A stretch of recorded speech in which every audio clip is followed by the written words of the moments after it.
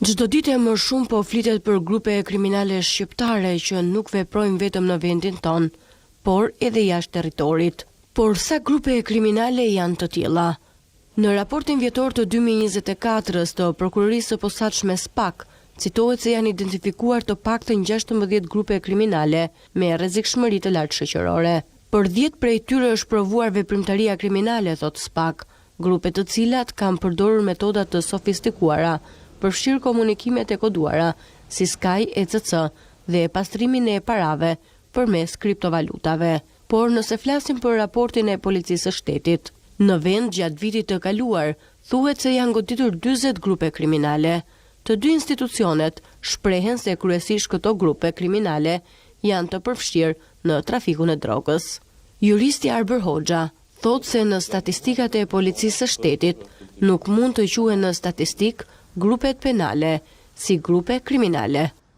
Me sa duket, policia e shtetit për të rritur në mënyrë artificiale, le ta themi, punën e saj në mënyrë krejt absurde, i quan një sër grupesh të caktuara, të cilat mund të jenë grupe penale, por nuk mund të jenë grupe të strukturuara kriminale, pra ka një koncept të ri të jurisprudencës së gjykatës europiane të drejtave të njerëzit, pra mund të jetë një grup personash të cilën kryejnë vetëm një vepër penale, zakonisht me rrezikshmëri të ulët apo të mesme shoqërore, por të cilën nuk mund të quhen grupi strukturuar kriminal.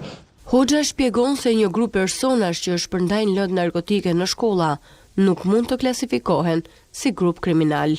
Të gjitha ata persona që shpërndajnë, po themi, lëndë narkotike, doza të vogla apo tepër të vogla, qoftë edhe pranë shkollës, patjetër që kanë një rrezikshmëri të theksuar shoqërore, por nuk mund të konsiderohen grupi strukturuar kriminal në kuptimin klasik të ligjit penal. Fatkeqësisht grupe të strukturuara kriminale deri më sot janë dënuar edhe persona për kultivimin e kanabis sativës, të cilët kanë qenë 3 apo 4 persona, kanë marrë një parcelë në pyll apo në mal dhe më pas kanë ujitur dhe kanë kultivuar këtë dhe janë quajtur grupi strukturuar kriminal. Eksperti Fatjon Softa thot se grup kriminal mund të quhen jo vetëm shpërndarësit e drogës në shkolla, por edhe ata persona që më shumë se 3 veta kryejnë trafik armësh apo edhe ushtrim prostitucioni. Nëse ka një diferencë midis SPAK-ut dhe policisë, është pikërisht ajo që ne themi goditja e grupeve kriminale, të cilët policia e shtetit ka goditur, siç është rasti i shkollave. Të tillë i quajnë grupe kriminale.